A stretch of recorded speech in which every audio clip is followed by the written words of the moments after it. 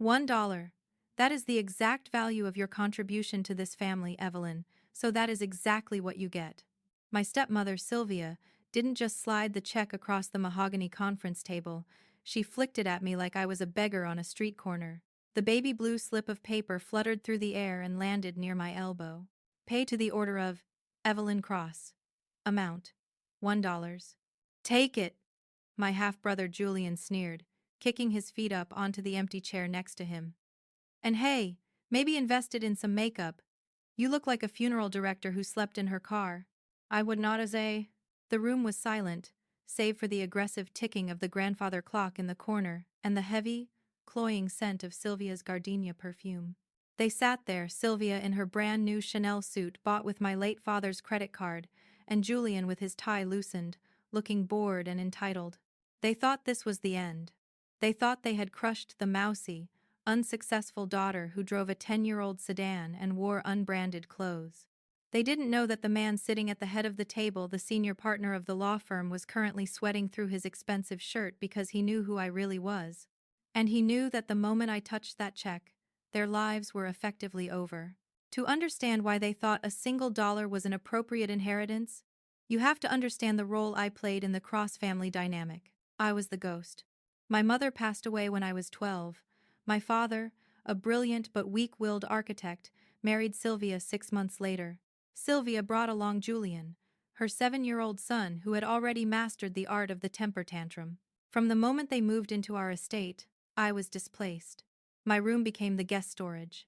I was moved to the smaller room near the attic. It's quieter up there for your studying, Evie, Dad had said, refusing to look me in the eye.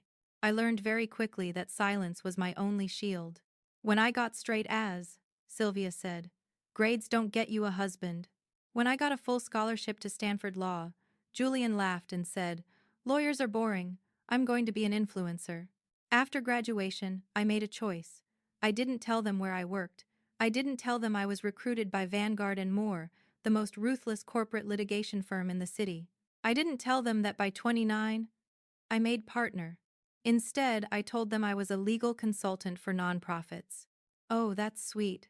Sylvia had cooed at Christmas, looking at my plain black turtleneck and wool trousers. Saving the whales for minimum wage. At least you have a good heart, since you don't have a good bank account. I leaned into the lie. I drove a battered Honda Accord to family gatherings. I rented a modest studio apartment just for their visits, while my actual residence was a $3 million condo overlooking the bay. I wore stealth wealth brands, the Rowe, Brunello Cucinelli, that looked plain to the untrained eye but cost a fortune. To Sylvia, if it didn't have a gold logo the size of a dinner plate, it was from Goodwill. Why lie? Because I knew them. If they knew I was worth 8 figures, the requests for loans would never end. If they knew I had power, they would try to siphon it. So I let them underestimate me. I let them call me poor Evie. I let them pay for my dinner at restaurants with a pitiful look, handing me the leftovers so I wouldn't starve. But when my father died of a sudden heart attack 2 weeks ago, the gloves came off. He hadn't updated his will in 10 years. Sylvia was the executor, and she decided that the poor relation didn't need a slice of the pie. The reading of the will, or rather, the distribution of assets meeting, was held at Henderson and Associates. It was a humid Tuesday.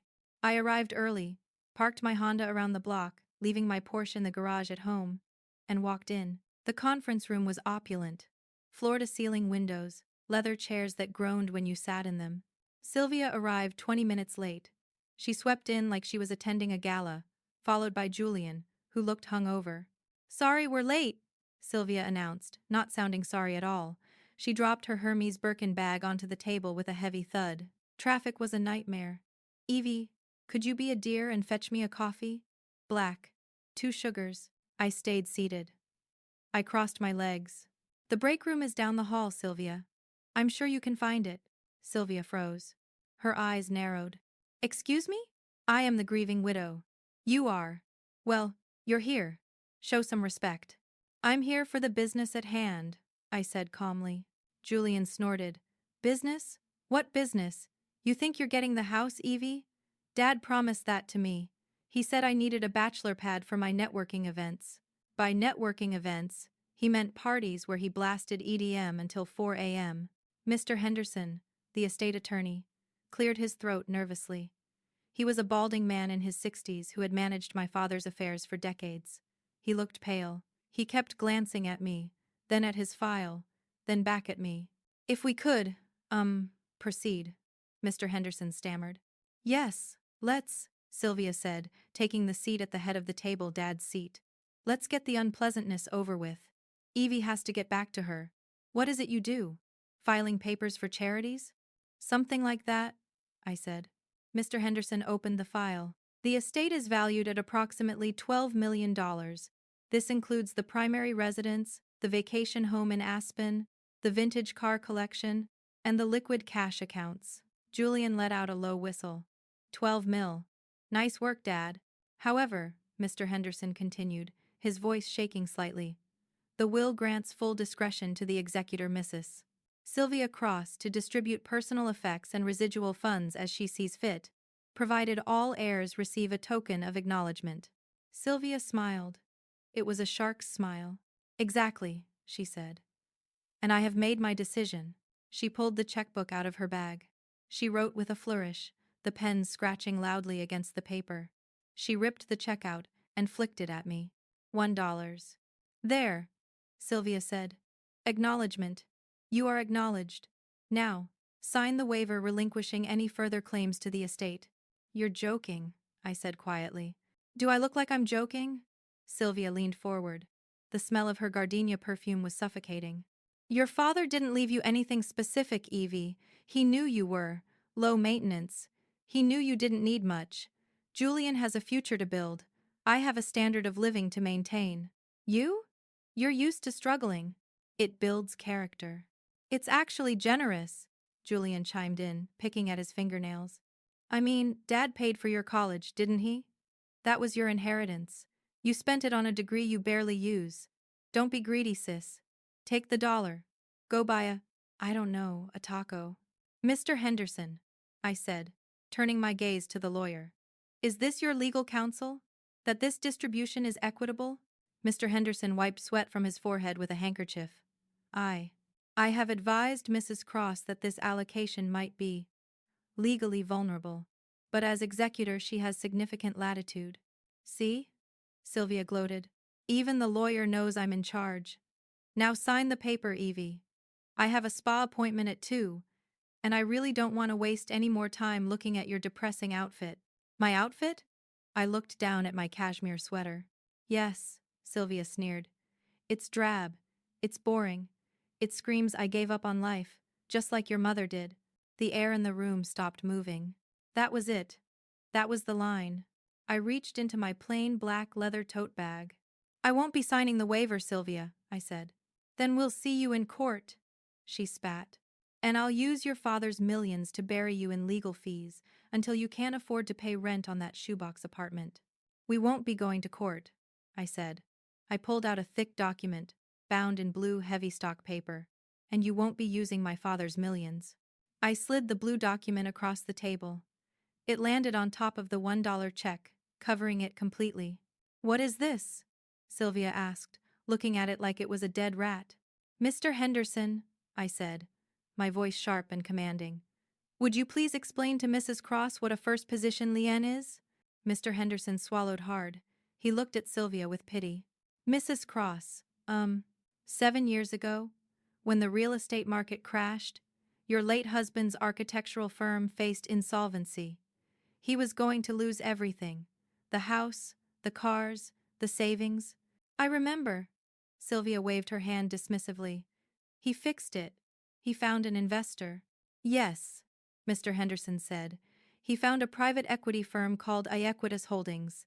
They loaned him $8 million to restructure the company and refinance the personal properties. The loan was secured against, well, everything. The house, the Aspen Lodge, the cars, the future earnings. So? Julian interrupted. Dad paid it back. He was rich. He paid the interest. I corrected softly. He never touched the principal.